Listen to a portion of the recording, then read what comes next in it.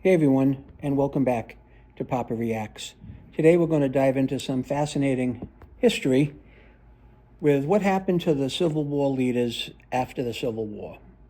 And we're going to focus on actually what happened to the Confederate leaders.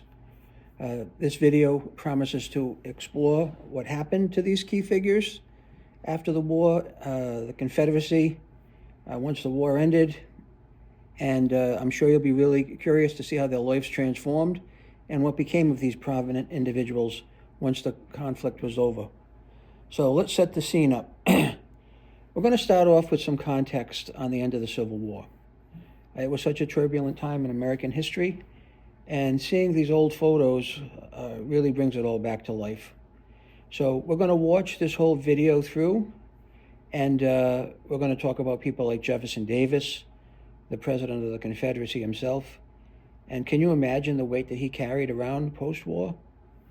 He was imprisoned for a while, and then there was Robert E. Lee and other high-known Confederate figures. So I'm going to let the video play, and then I'll come back at the end for some closing comments. The Confederate States of America was a breakaway state led by many powerful and skilled leaders and generals. After the war, some leaders faced legal prosecution, some faced public scrutiny, and others flourished with successful careers after the war. Here are some of the most notable Confederate leaders and generals and what they did after the Civil War. Jefferson Davis was the first and only president of the Confederate States of America. He was unanimously chosen by delegates from all of the Confederate states and served from 1861 to 1865.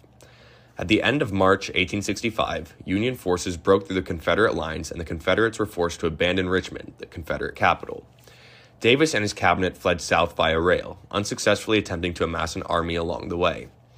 In Washington, Georgia, he officially dissolved the Confederate States of America and continued south to Irwinville. While camping outside Irwinville, Union forces discovered Davis's camp and arrested him. Davis was imprisoned in Fort Monroe, Virginia, and initially faced brutal conditions. He was imprisoned in a casemate, forced to wear fetters, barred from any outside contact, including his family, forced to have a guard in the room with him 24/7, and given only a Bible for entertainment. Due to public outcry, his conditions were slowly improved, and by September of 1866, Davis lived in a 4-bedroom apartment with his wife, Verena.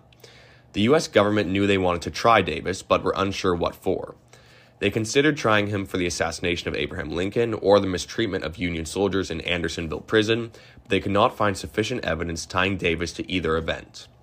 Eventually, they charged him with treason, but his lawyer argued that he could not have committed treason against the United States, as Mississippi had seceded and was no longer a part of the country.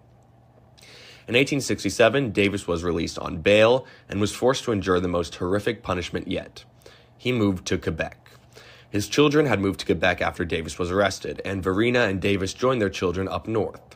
He remained in Quebec for a year, but returned to the United States following Johnson's proclamation on Christmas 1868, which pardoned all who took part in the rebellion. Upon his return to the United States, Davis was very poor, but despite this, he was very picky in which work he would accept.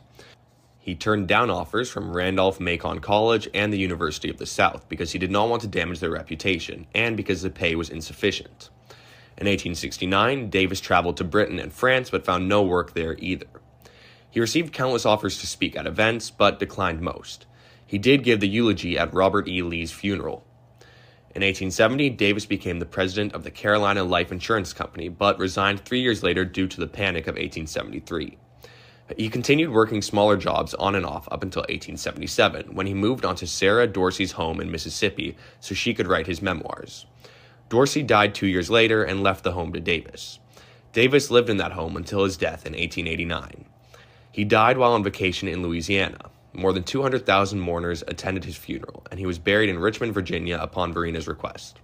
When Verena died in 1906, she was buried next to him. Alexander H. Stephens served as the Vice President of the Confederate States of America from 1861 to 1865. Despite his position, he strongly opposed secession for the entire war and often criticized President Davis's policies. He had even been a political ally to Lincoln in the 1840s and met with him nearing the end of the war in an attempt to stop the fighting. At the end of the war, Stevens did not flee from Union forces and was arrested for treason in his home on May 11, 1865. He was imprisoned for 5 months, but was released in October of 1865. Alexander Stephens was elected to the U.S. Senate in 1866, but was barred from taking his seat due to the restrictions on former Confederate leaders. He then wrote a book on the history of America, defending secession and calling the war Northern aggression. In 1873, Stephens was elected to the House of Representatives and was re-elected in 1874, 1876, 1878, and 1880. In November of 1882, Stephens was elected governor of Georgia, but died just 4 months into his term. Alexander Stephens' post-Civil War career proved to be much more successful than Jefferson Davis's. Lee, or simply General Lee, is in my opinion the most iconic man of the Confederate States. He was the best general to fight for the Confederates, and by the end of the war held the title of General-in-Chief of the Armies of the Confederate States. It was also General Lee who surrendered to General Grant and began peace negotiations in the Appomattox courthouse. After his surrender, Lee was not arrested, and the only punishments he faced were temporarily losing the right to vote as well as having some of his property seized. His home was actually turned into Arlington Cemetery. In 1866, Lee encouraged all remaining Confederate fighters to surrender, and throughout his later life, supported reconciliation rather than holding a grudge towards the North. He supported free public schooling for African Americans, but did oppose the 15th Amendment. Originally, Lee had hoped to retire to his farm, but due to his notoriety, this proved to be impossible, so he accepted an offer to become president of Washington College. In a further attempt at reconciliation, Lee ensured that many Northerners came to Washington College and ensured that they were treated well by their Southern peers. Lee even met with his old foe, President Grant, at the White House in 1869. Lee generally avoided politics after the war. He did support multiple Democratic candidates, but stayed generally indifferent and never ran for any political positions. On September 28, 1870, just 5 years after the end of the war, Lee suffered a stroke and died 2 weeks later.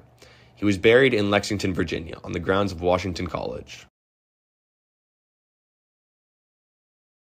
Beauregard was perhaps the most notable Confederate general besides General Lee. General Beauregard commanded the Confederate forces in the Battle of Fort Sumter, the battle that began the Civil War, and played a crucial role in many notable battles, such as the First Battle of Bull Run, the Battle of Shiloh, and more. After the war, Beauregard reluctantly took an oath of loyalty to the United States. At first, he considered leaving the country as Brazilian, Egyptian, and Romanian armies wanted to hire him as a general. He considered these offers, but ultimately began working as chief engineer and general superintendent of a railway company. He also entered the world of politics in 1876 after President Grant pardoned him from any wrongdoing and allowed him to enter politics. He worked with black politicians in favor of black rights with the aim of voting out radical Republicans that were holding back Reconstruction in Louisiana. He was also responsible for bringing cable cars to New Orleans, and after leaving the railroad company, struck it rich advertising for the Louisiana lottery.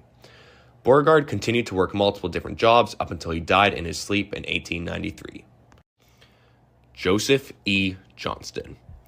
Joseph E. Johnston was a senior commander in the Civil War, and despite his skills and effective strategies, his achievements were often overshadowed by his fellow generals, partially due to his poor relationship with President Davis.